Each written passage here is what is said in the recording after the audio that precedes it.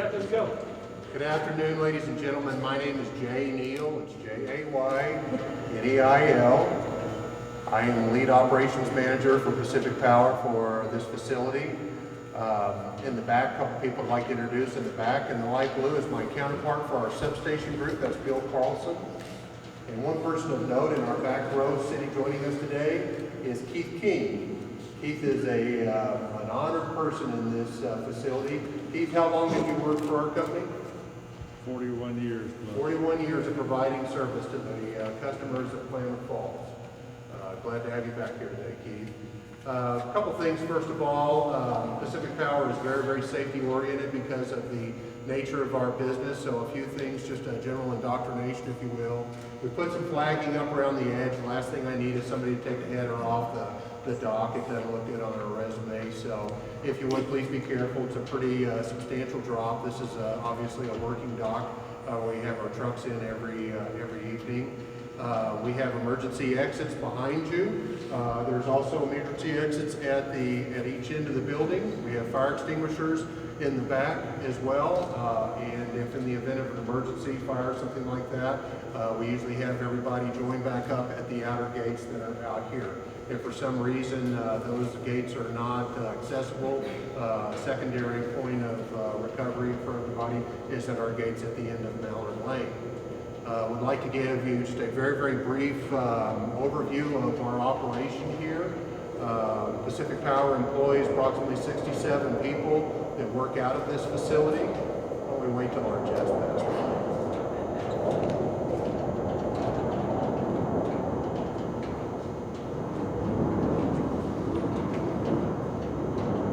Anyway, as I was saying, Pacific Power employs about 67 employees that operate out of this facility. The area that we cover, we have the largest geographic district in all of Pacific Power. Be through in a minute, I'm sure. Okay. Let's just wait till they pass. Anyway, the Klamath Falls district is the largest, geographically speaking, district in all of the 3 states of Pacific Power.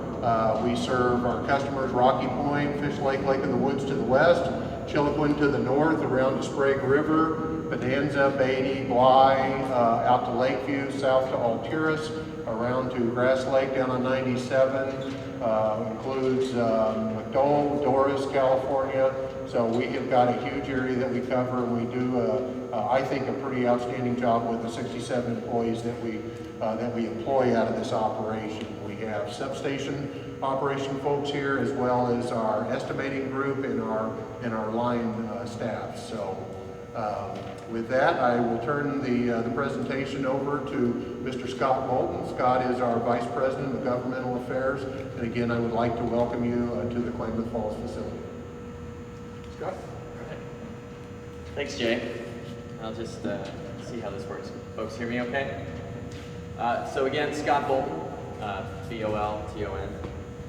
And thanks, Jay. When we're down here, we really work for Jay. This is his house, and we're proud of it. Before I really get going into today's press conference, I really want to, again, restate for everybody why we're here. We're here because without much demonstrated public support, City Hall has pushed the city, its taxpayers, and our company and customers on a path towards a government takeover of our system.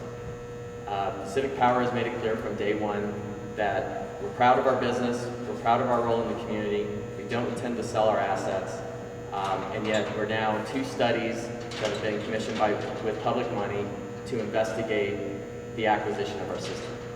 So what we intend to do today is to respond to the studies.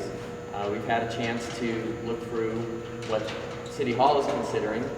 We've asked Mr. Doug Larson, who is a CPA, who has over 30 years of energy utility industry experience, to work with the company to help us assess the study produced by the city's consultant, EES Consulting, and provide with, frankly, only using real-world verifiable factors that have been overlooked in the studies, what the real picture is for Klamath Falls, its citizens and taxpayers, of what the city takeover proposal really means.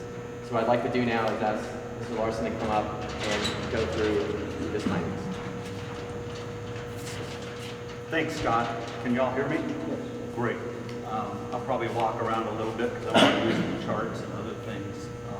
As Scott said, he called me about a month ago and asked me if I would be interested in taking a look at these feasibility studies that had been prepared for the city of Klamath Falls. And I said, sure. This is stuff that I've spent over 30 years looking at. It seems like a good fit. Just by way of background, to give you a little bit of familiarity about me, I spent the first 26 years of my career working for PacifiCorp. I retired in 2007 with responsibility at that time leading the company for regulation in PacifiCorp's 6 state jurisdictions, including the state of Oregon.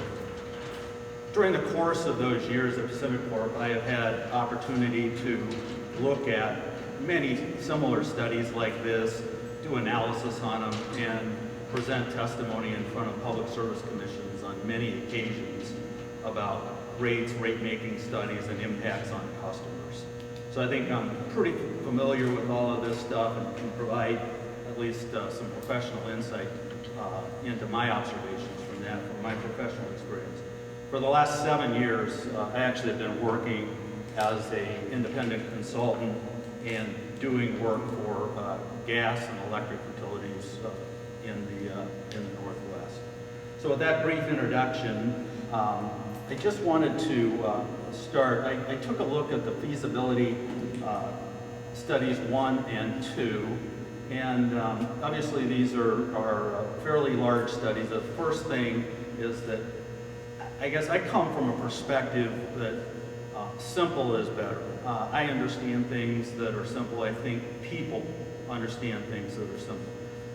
This study right here is a compilation of a whole lot of assumptions, a whole lot of forecasts, predicting what things are going to happen 15 years from now. Frankly, I'm not sure I know what things are going to be 2 years from now, let alone 15 years. And so, rather than get into some kind of an argument about, whose forecast is right, something that I think would be certainly is more important from my perspective as a utility customer, and I think would be more important to you all as electric customers, is what is the impact of this proposal on my rates today? I mean, if this were to happen, flash cut today, what would the impact on my rates be? I want to be really clear right up front that my client, PacifiCorp, certainly does not accept all of the assumptions that are in the EES study. But for purposes of this discussion today, and not drag this on and get into a lot of debate about all of these, I want to focus on 2 primary assumptions, and they're detailed on this chart that I'm going to walk through in just a minute. The other thing that I want to make a note right up front is that if you look at the customer mix,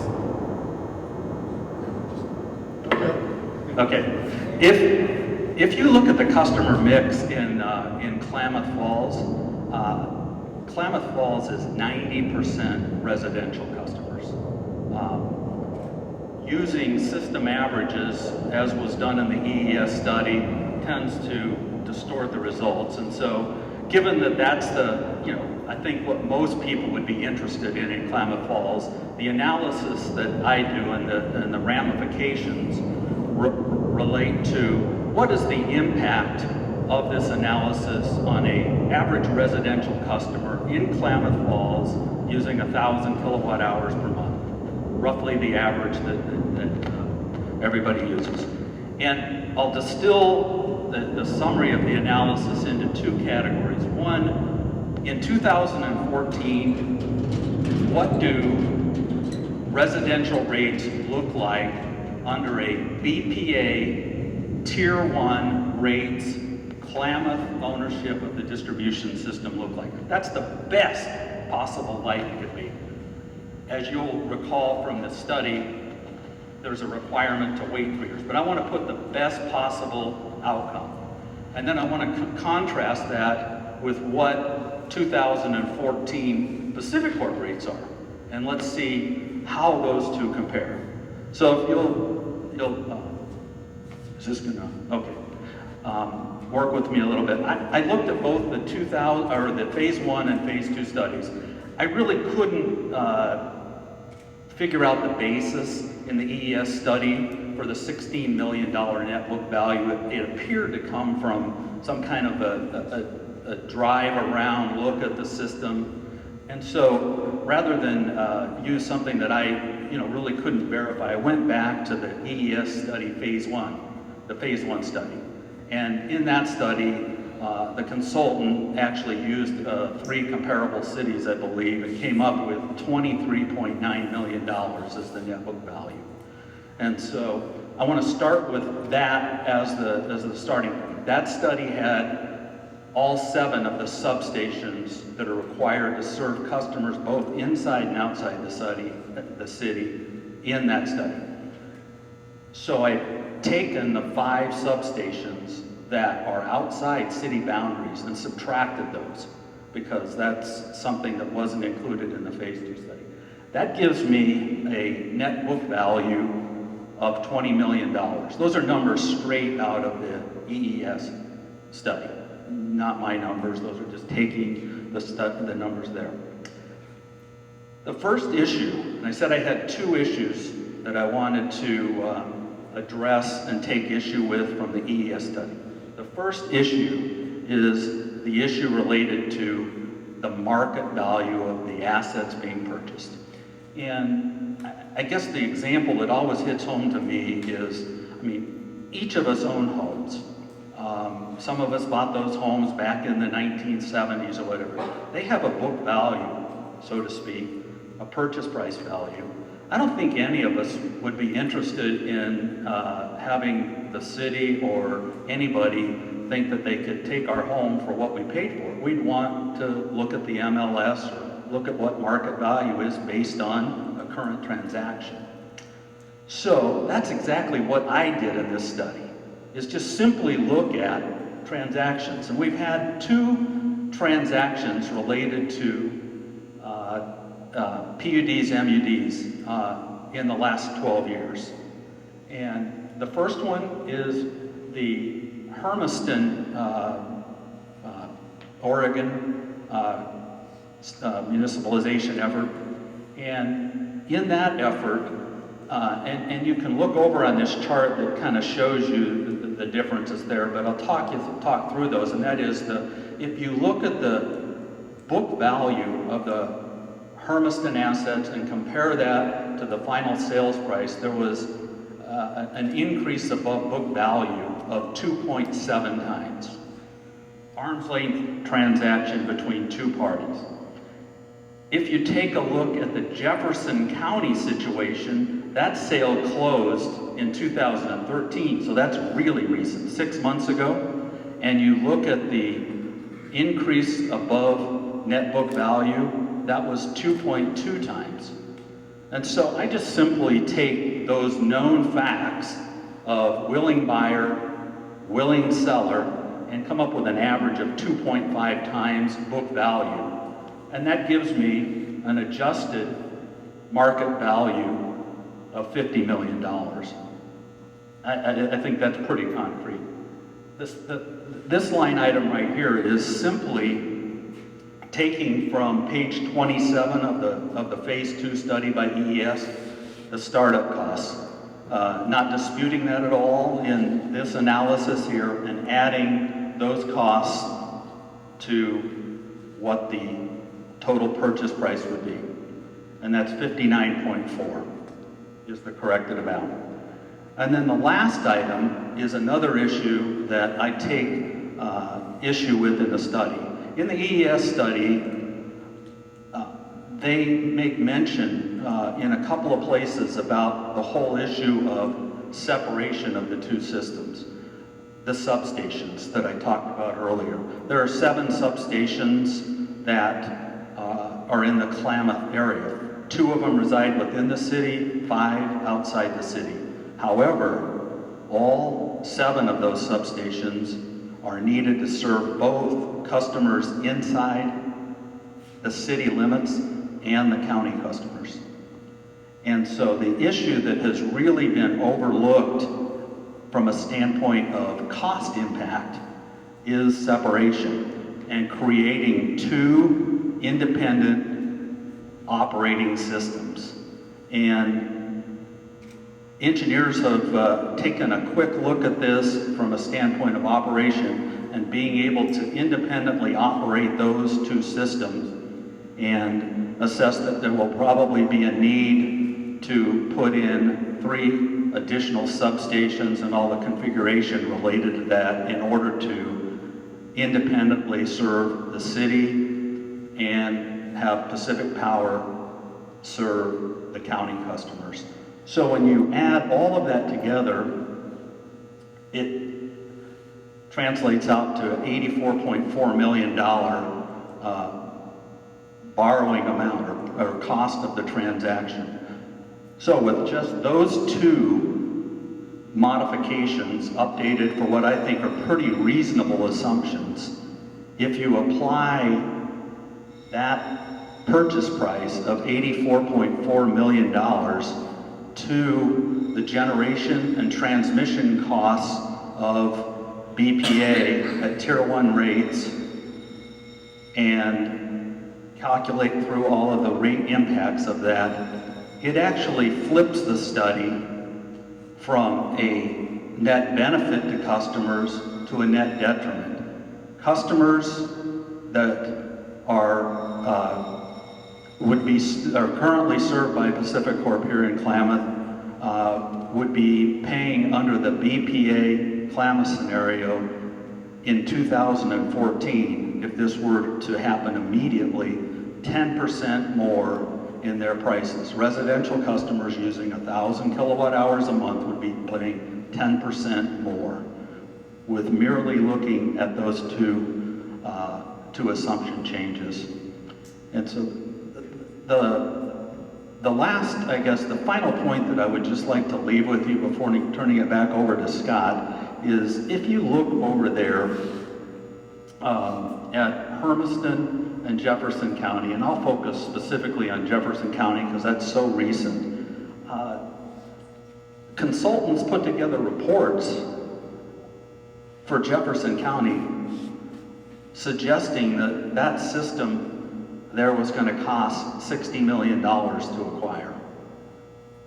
However, 5 years later, in 2013, when they actually closed the deal and went out for borrowing, they ended up borrowing nearly $120 million. It's easy to put together studies that show a number, but much more difficult in the end to deliver the result as is shown there in the Jefferson County situation, which is real recent.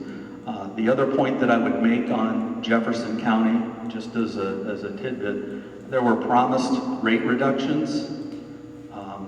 I actually got online and looked and talked with folks, and the prices for Jefferson County customers under public ownership are identical to the prices that they would be paying for power from Puget Sound Energy. The only difference is now they have $120 million of debt for a pretty small base of customers. Thank you. Thanks, Doug. And I think that underscores an important point here that we're trying to make, is that this isn't just a tiff between Pacific Power and the city. This isn't City Hall versus a single private business's community. That the outcome of this issue and what the city and its residents will go through in prosecuting this from the city's perspective has an impact on all of us. I'd like to invite up 2 local business leaders who would like to share their perspectives on the potential impact of the city creating a new city-run utility out of the Pacific Power system. Mr. Alan Eberline, and Mr. Gary Harris. Yeah, come on.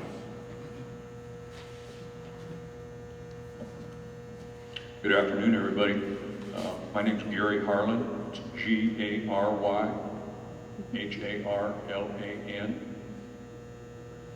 I've been a business owner in Klamath Falls since, longer than I care to mention, but in 1973 I've owned Emmett's Auto Repair Center. For a long time I was located downtown. In 1983 I moved my business to Washburn Way. Probably about 10 years ago I made a big mistake when Dan Toffel came in my business one day and talked me into going into the city. Promised me lots of good things. Those lots of good things he promised me didn't happen. Over the last few months, when this deal started coming about, I started talking to quite a few of my friends and stuff about what they thought about Klamath Falls going an electric business. Of all the people I talked to, I have not had one positive response from anybody. A lot of people laughed. A lot of people said the city's never run anything that we've all really been happy with. I don't think there's probably too many people in this room that are real happy with the way the city takes care of our city streets. Two streets come to mind.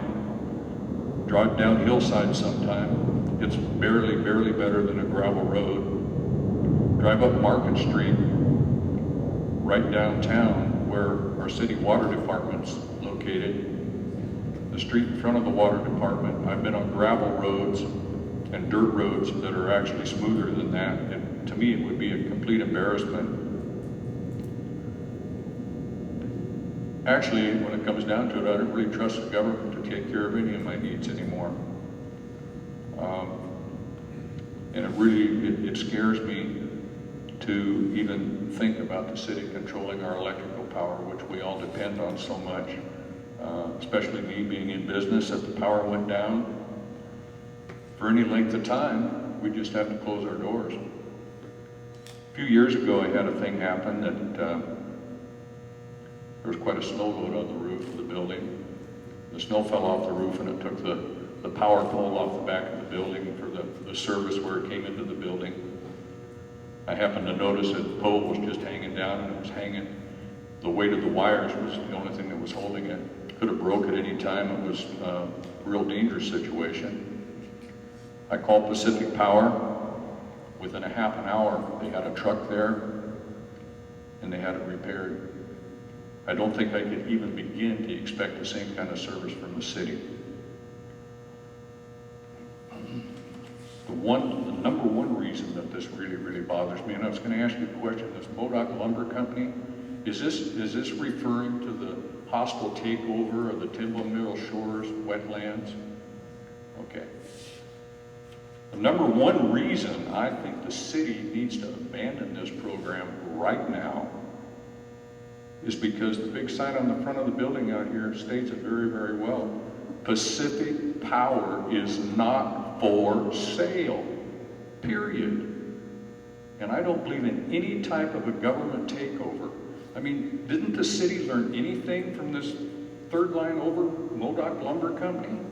They got crossways with the Shaw family, and I would certainly think the mayor and the city council would remember that. I mean, I don't know what that costs the taxpayers. I'm not real good with numbers, but I think it was in the millions of dollars. Isn't that right, Alan? Yeah, but it turned into a big court battle. Pacific Power's not going to take this land down. I mean, this is going to go on and on and on, and I just think it's a bad idea. That's about it. Thank you. Mr. Eberline.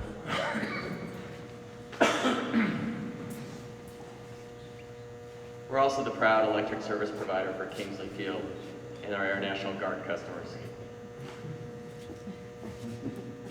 I'm Alan Eberline, a partner in Southtown Commerce Center. You may have answered part of my problem. Who will own the Texum substation? Will that be part of the sale to the city, or will it stay with Pacific Power?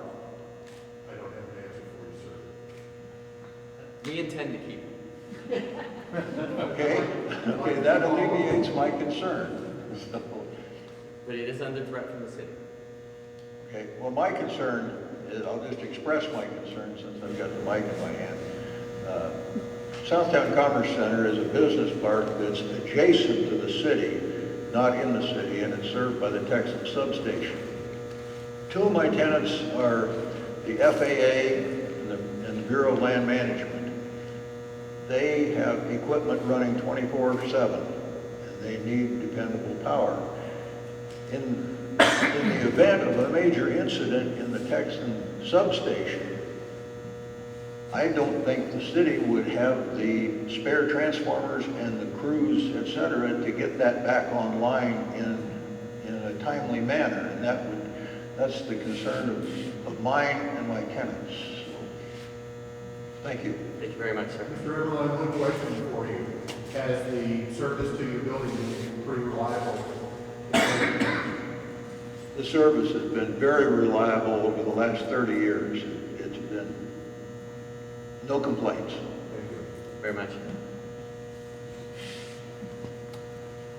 Okay, so again, we want to underscore that despite the city's studies, and I think at this point they're looking to go out to borrow at a minimum of $40 million to pursue this. We believe that just looking at recent history, looking at what market values are, just like any time a home sells, you want to look at what other like homes are selling for in the neighborhood. Applying just a conservative adjustment for the market value of the system, we believe that the city's push for condemnation and taking over our system to create a new city utility will cost taxpayers at least $84 million.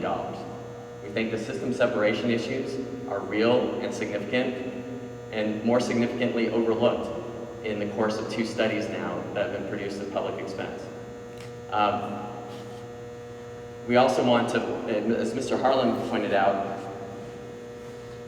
the market comps that we're looking at are successful transactions between willing sellers and willing buyers with Hermiston and Jefferson County.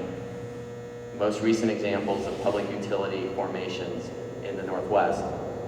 Modoc Lumber is up here on this chart to give you another example of what it could look like and the risks of when it's not a willing buyer and seller. That when the city, when local government takes a party to court, which is surely the path that we're on now, unless the city council decides to get off of this risky path, the outcome can be even more severe than a 2 or 2.5 time market value assessment. In the Modoc Lumber case, that's over 10-time difference between what the city offered that family for their property, proceeded to condemnation, and what a Klamath jury awarded. And that doesn't include recovery of legal fees incurred for plaintiff.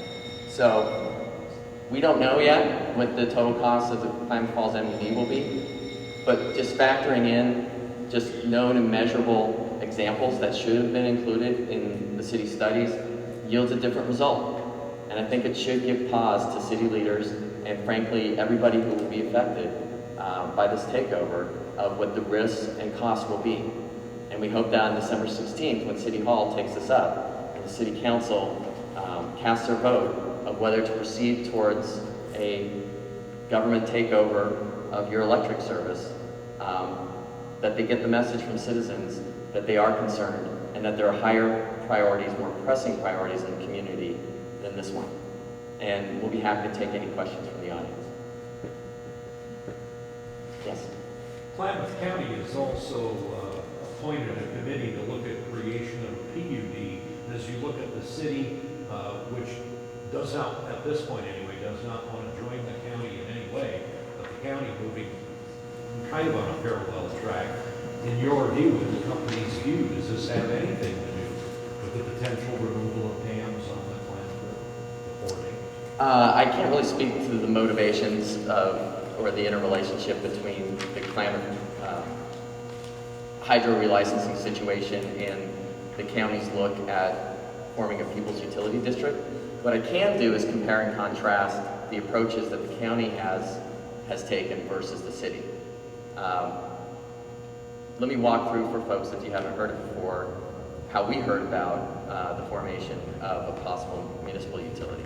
we first learned about the mayor and proponent's idea of forming a municipal utility district in Klamath Falls from a call from the Herald and News, from a reporter wanting our comment. That's where we first learned about this. By this summer, the city had appropriated $40,000 and commissioned a consultant to produce a study. That study was released on August 5th, and within 2 weeks, City Council authorized another $95,000 of public money to do the follow-up phase 2 study from the same consultant. And now, in less than 6 months after the initial studies are in, is contemplating a December vote on formation of a utility district, which I don't know how many different ways we can say no. No means no, but can only lead to a hostile takeover of the system through use of eminent domain. The county's process has been more deliberate, and of course, anytime any local government at any level is talking about possibly taking over your service, that's a concern to the company. However, the company has formed a citizen advisory committee to look into the issues. That citizens advisory committee has invited our company, I was our representative, to come and answer questions and have a dialogue with the county about what the opportunities and risks would be. And as far as I can tell, that's on a much more deliberate, much more conservative path than what I think is where Klamath Falls is. I think Mayor Kellstrom made up his mind a while ago that this is the outcome that he wanted. Certainly the phase 1 and phase 2 studies support the outcome that he wants. However, when applying the kind of information that other consultants, that other energy industry experts would apply, and certainly a court would apply in a condemnation proceeding, we can see a very different outcome and a very different level of cost and risk to the city. Yes? Scott, I'm going to ask that you respond to the way the mayor framed this yesterday. When he was talking about the value of the system and how this may proceed, he said that the phase 2 placed a book value on the system of $16 million. That the city would offer you a windfall of $16 million on top of that. But if you agreed to that deal, that Pacific Power would then have 50 megawatts of electricity that they could then take and sell on the open market, and then you should welcome that deal. No means no. We have been very clear that we don't intend to sell our system, our assets, or our customers away. Frankly, we don't understand the narrative that the mayor is using, that somehow this is a windfall or that this is something that would be desired by the company. Their own base case will look to go to Klamath Falls taxpayers for at least $40 million. That is the low mark from their own study. We don't accept the $16 million as a fair evaluation of our system. In fact, our exercise only looked at their own numbers. We think that, and we said this from very early on in this process, we believe that the city has been looking to lowball the cost of our system and the value of our business from the very beginning. And frankly, if you don't want to sell your house, why would you put a price on it? Yes, sir. When you're talking the system, are you talking the vehicles and all the spare parts and all the stuff that's sitting on this property right now, or are you just talking about the electric distribution system? It's a great question, sir. I think for purposes of the study and what they've actually identified, they're talking about all of the assets in the system. So it would be poles, wires, substations that happen to be in the city, all the equipment therein. But of course, you have to have trucks, and you have to have equipment. You have to be able to outfit your line crews with adequate equipment, safety protective gear, all kinds of considerations and costs, which I'm not sure have been properly factored into the city study. As you drove in today, you probably noticed this is a very capital-intensive business.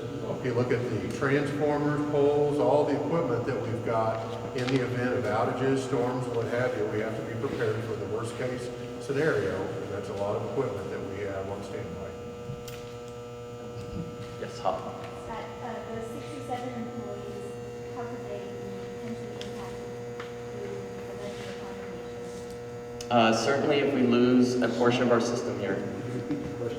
Sure, the question was, what would a condemnation mean to the 67 employees that we have here at Pacific Power? Certainly, there would be some job impacts if part of our system was no longer under our service and in maintenance and management.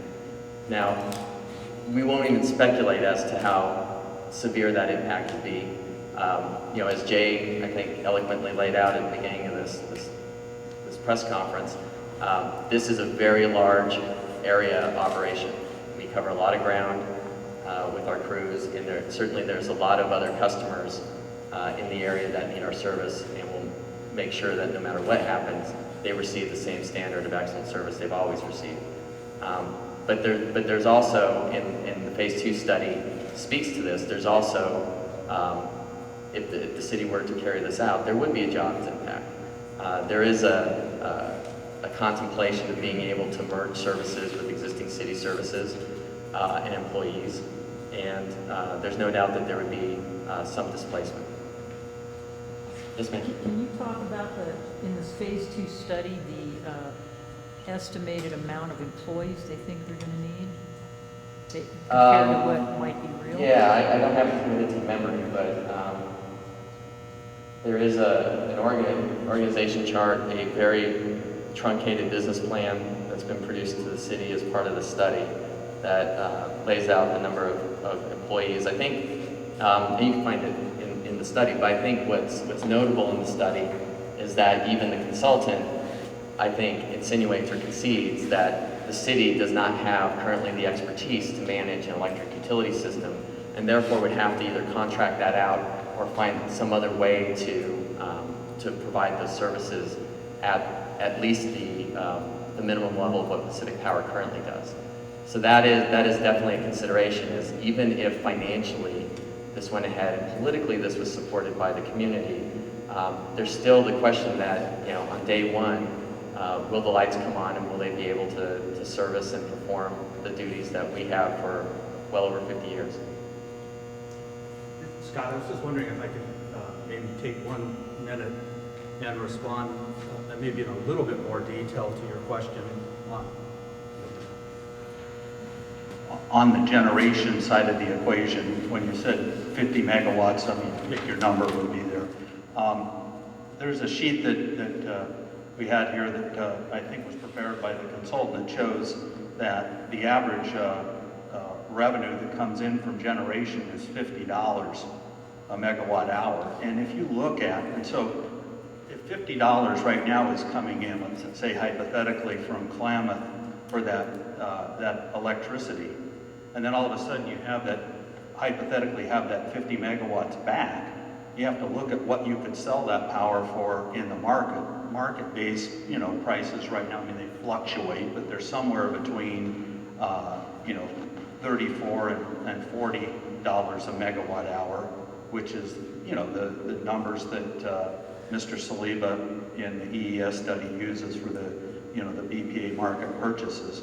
And so the net impact on it actually is a detriment. You know, so I find it puzzling how, you know, getting back generation that you're collecting $50 for and being able to go sell it for $40 is something you should be happy about. That just doesn't make sense to me. It's intuitively backwards. Mr. Larson, could you clarify one other thing? You mentioned, I believe it was Puget Sound Power, so that's Jefferson County, Washington Correct. State, not here. Correct. Okay. And its main city is Port Townsend. Okay. Yeah, I'm sorry. Yeah. That's all right.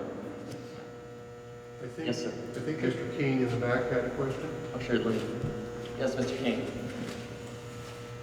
I'm Keith Kagan, retired employee out of here. I worked off of this yard for 34 years and off the one Riverside for 9 years. But I wonder about reliability when we get into a big lightning storm. I've seen better than 100, 130, 150 transformers sitting out here in the yard. we got to the lightning storm and knocked out. We pulled in transformers from Grants Pass, Medford, other areas where we could pull things in, pulled in crews, and got things working. And the few times I was down when the big phase shifter blew up in the Malin sub, and they pulled in things, they got crews down there, I was going up and down there that night. And it turned that bus, aluminum bus, and just powder. And it's a little bit different thing than the mayor's thinking about when that stuff decides to blow up, it goes at 500 tons. And I've worked on that transmission and things out through here. And I think about reliability. What are they going to do? They don't have enough. We got a network of other areas to pull in equipment, tools, transformers, line equipment, everything we needed as far as material. And we won't have that. And so I think the best thing for us to do is keep our gas lanterns and our gas stoves around handy, because we're going to be a while before we get back into power. It just, I can see the handwriting on the wall. Thank you. Thank you, Mr. King. I do think that, again, just to underscore the cost and the risk involved here, let me maybe take the $84.4 million and put it into a little bit more context. As Mr. Larson indicated, an average residential ratepayer in the city of Klamath Falls, if our version of events is indeed what the outcome is to this municipalization effort, would result in a 10% rate increase day one for Klamath Falls residents. But if you look at the amount of debt, the $84.4 million, that is, to Mr. King's point, that is to purchase a system that is already in place and serving the citizens of Klamath Falls right now today. That amount of new debt that would be incurred by the city of Klamath Falls works out to about $4,000 for every man, woman, and child that lives in Klamath Falls of new debt to purchase something that is already in place and serves them well today. That is serious, serious business. And again, this isn't just about Pacific Power trying to protect its business. This is about what is the impact on the city of Klamath Falls. Is the city going to have the borrowing capacity to do other things, to invest in other parts of the community, whether it's economic development, or schools, or basic transportation infrastructure? The city council has a huge task ahead of it. To move forward with this is to commit this city to the next number of years of litigation and expense and risk, and frankly limited options about what else the city can do. That can't be taken lightly. I'm going to mention that the mayor is such a key economic driver for the city. What would Pacific Power offer for them to do otherwise than to form a utility district? Well, certainly making rates go up, having a long drawn-out eminent domain battle, and having a very divisive issue play out is not good for economic development and isn't going to attract new business and growth. I've personally met with the mayor and asked him, how can we partner? How can we find ways to work together to improve the economic climate of the city? All he keeps coming back to is the quote that you've all heard a couple of times now, that this is the only arrow in his quiver. This is the only idea he can come up with to change the economic condition of Klamath Falls. We strongly disagree with that. In fact, the best example that the mayor has used in public forums of lost opportunities for economic development, that customer, that new company that would have otherwise come to Klamath Falls, went to White City, Oregon, another community that Pacific Power serves. There's no evidence that the city has provided that electricity rates are the reason Klamath Falls is in an economic malaise. And really the only way to improve the economy here is having the private and public sectors working together to try to drive new growth and improve the conditions for existing business. Joe? Between phase 1 and phase 2, the consultant reduced the value of your system by $8 million. They rated the condition of your system in phase 2 as fair to poor. I'd like to get you to respond to that. Sure. So actually reading from their own document, they rated it fair to average. I think in follow-up comments to the media, the mayor has said that it's now gone from fair to poor. I think our response is just simply, this is a tactic to try to drive the price down. If you're looking to buy a new car, you're going to look for every dent and scratch you can to try to get a better deal, and that's obviously what we're seeing here. As you've heard from the business leaders who have spoken here, and as we've found directly from our customers, they rate our service here in Klamath Falls as excellent. We get very high customer service from our marks. And so the idea that this is somehow a dilapidated system, which I think is the quote that the mayor used, is just simply false. And certainly, Jay, if you want to build on that. We have a program where every year we're doing detailed and safety inspections of our system, identify issues with them that we respond to in a timely manner. The company has been very, very good under the Mid-America banner of investing in our system. Currently, right now, we've got $1.5 million substation upgrade going on down at Tule Lake, California. So we are constantly working on improving our system, doing upgrades to better serve our customers here. And the one thing I will say about it is, again, we've got folks that work out of this yard that have been taking care of this system for 20 to 40 years. I've got one gentleman that works for me that is 40 years with the company.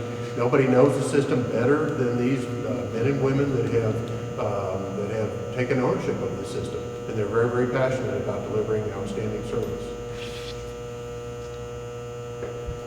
Yes, sir. First of all, when they want to talk about taking over and the costs and how the service would be, I just look at what kind of a job they do on snow plowing in the winter for the city. I mean, it's terrible. Is that what they're going to do to our power system if they were to take over? The other thing is, why does the city continually try and take people out of the system that are taxpayers? You know, they look at the ambulance service. They're in hot water. A private company wants to come in, pay taxes, and they don't want to deal with it. You know, it just, then I look at the cogen plant that the city started. We don't have it anymore because that was going to be our big money maker. Now they're getting paid somewhat for it, but that's going to run out. And then the mayor says, well, this study didn't cost the taxpayers anything. Did he pay for it? I'm afraid the taxpayers did. Right. And it just keeps getting worse and worse as we talk about this. Yeah, you know, I think the mayor would take issue if I were to say that these studies were paid for with taxpayer money. I think the city council would say, no, that's not true. It came from proceeds from the cogen sale. Right. Okay, but if it's the public's money and it's not personal money, it's still taxpayers' money. This is money that belongs to the people of Klamath Falls. That's right. I think the other thing I would, responding to your comments, sir, is as a rationale for why it's okay. You know, we have asked why it's okay to proceed down this path. We have asked the city, we have implored the city to respect our private property rights, just as any citizen in this community would expect. We believe that that's being ignored. And when the mayor's been pressed on this question, his answer is, well, Pacific Power is not a real business. They're not a real business, they're a regulated monopoly. Well, by the mayor's logic, the gas company, Avista, is not a real business. The phone company, CenturyLink, is not a real business. The cable company, Charter Cable, is not a real business. Any business that has heavy infrastructure and is regulated in its service somehow is not a real business, according to this mayor. And ironically, these are the largest property taxpayers in the city. This is pure and simple a grab to grow local government. I'd like to, if I could, say couple more. Sure. In dealing with Pacific Power, I worked with them up at Lake of the Woods on some of the, out there. Personally, here in town, I've worked with Pacific Power. Excellent customer service. You should thank your people because they do an excellent job. We know that. The other thing that isn't mentioned, that, you know, and it's probably not a lot of money punctuated, but the 67 employees, I know when my kids were going through baseball, soccer and stuff, there's a lot of your employees that volunteered their services. Appreciate that too. We make a lot of donations, Yes, both you do. through the company and through private, Yes. in terms of time from our employees. Yes. We are members of this community. Yes, you are. Thank you. Yes, sir. There's a gentleman who worked for PP&L, I think he still does work for PP&L.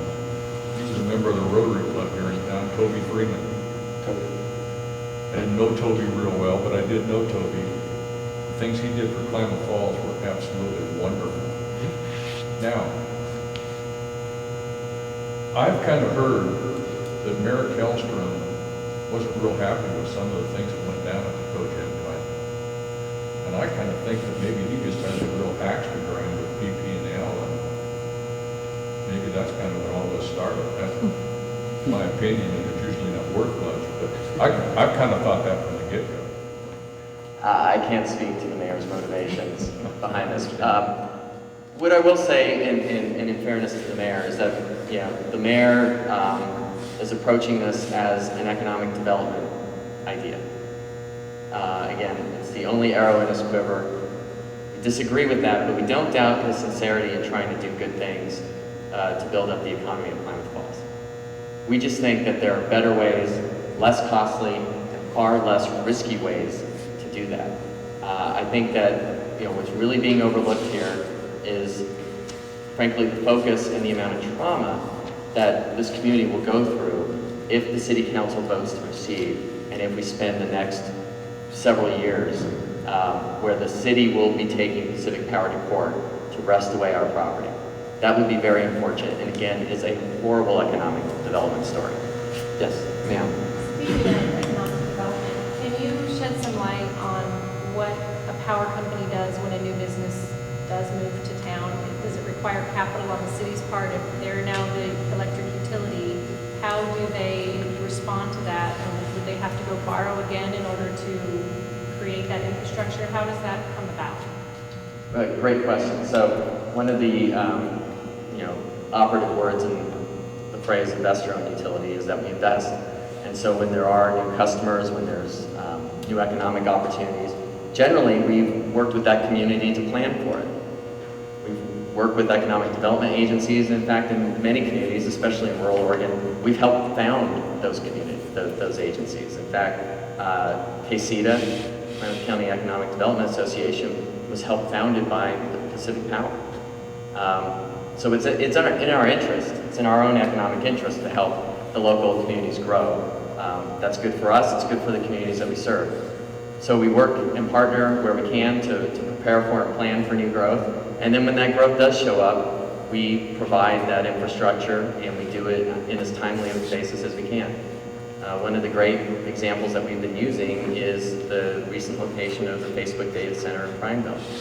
That was a massive new customer as far as electricity usage and load. That took a $27 million investment by the company in less than 18 months to put in the necessary infrastructure for Facebook to site its new data center and be up and running on their schedule. That's what we do. I think you would be hard-pressed to find many, if any, municipal city-run electric utilities that can do that. That's our advantage. Scott, also, I think to tag on to that, the issue of economic development, let's take it a step further. Scott talked about a $27 million customer or investment coming to town. Let's just say that Klamath has to go to the market, a pretty tough municipal bond market, to secure $84 million. 2 years from now, they have to go to the market to come up with $27 million to serve a new customer. I mean, having the capacity to go out into the market and acquire those sources of funds, number one, is difficult at best. Number two, you've got to have excellent credit ratings. And I think the thing, from my perspective, and my background in this area, is that anytime you can have the backing of a major corporation and the credit ratings of a Berkshire Hathaway, you have real good access to capital markets at the best rates to be able to serve those customers. One other thing I just want to point out as far as economic growth. The city isn't telling you the whole story about what BPA power means. Yes, new municipalities can qualify for what they call Tier 1 power, which is the lowest cost federal generation available. Once they lock in their contract, once they become an up and running city utility and have their power supply being met by BPA, any new load growth would not be served at that low rate. They would have to supplement that power going to the market. So the cost advantage between BPA and Pacific Power starts to disappear when you start looking at significant new growth and new loads. And really large new customers, that's a big chunk of power. That's a lot of procurement for a small system to be able to do, and could actually preclude larger manufacturers and data centers and those types of customers from ever siting in a municipal utility district. Jeff? I'm not sure who would be best to ask this question, but if City Council votes to proceed on the 16th, based on your knowledge and experience of these situations, can you give us some idea of the length of, for lack of a better word, fight we'd be looking at in the legal costs involved for the city? Yeah, we've done some research into that, and I'll let Doug talk about Hermiston. I think what I would say is the timeline, in a number of ways, is up to the city. The city would set the timeline. They would decide when to approach the company. Again, we've asked them not to. We don't want them to offer to purchase our system, but they would choose when to do so. They would choose when they think they can finance and get the money to actually do this. And they would choose how to proceed once the company refuses their offer. And let's be very clear on this point, if the city takes Pacific Power to court and we litigate over ownership of the system and the value of the system, at that point it's really the courts and how quickly things move through the courts and how complicated the legal issues are that determine the length of time it takes. I will also say, the separation costs are not just, do not just include the cost of bricks and mortar and wires and poles that will be needed to separate the system. It will take time to redesign our system and make our system whole for the impacts of removal of the city from our service, as well as for the city to create their own reliable independent system. So I think I just am very skeptical when the mayor says that this can be accomplished from 6 to 18 months from now.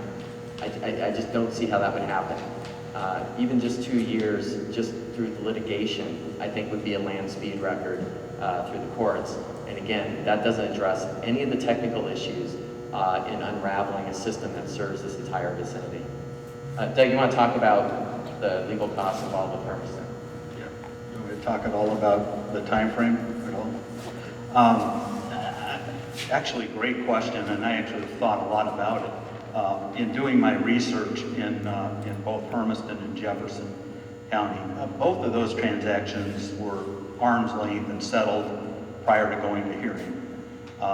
Speaking of Jefferson County, the idea, the initial proposal came in 2008. They closed on the deal in 2013, 5 years. From my experience in working in court cases, if this had to go to a court case and wasn't settled, I think you're probably looking at a minimum of 2 years, 2.5 years. So that puts you somewhere between 7 and 8 years before you get there. Then, at that point, somebody would have keys, to the car, so to speak. And at that point, you would be in a position then to make the modifications and put the engine in your car so that it would run, which are the separating of the two systems. Our engineers, I asked them, or PacifiCorp's engineers, in order to get the transformers, put all that stuff together, 2 to 3 years to do all of that. So my best judgment is that you're looking at somewhere between 10 and 11 years to get through the process. At that point, you would have an operational system. Then you could apply for BPA Tier 1 power. And 3 years later, you would get it. So you do the math. You add that from today, 2013, and those 13 or 14 years to that, that's 2027. You only have 1 more year left on the EES study of Tier 1 power. Your second question, and that's another one that I looked at related to both of these transactions, and I don't have all of the detail, but I can tell you that in looking at the legal and the bond counsel and the consultants in all of that, and factoring forward the Hermiston information into today's dollars, since it happened 12 years ago.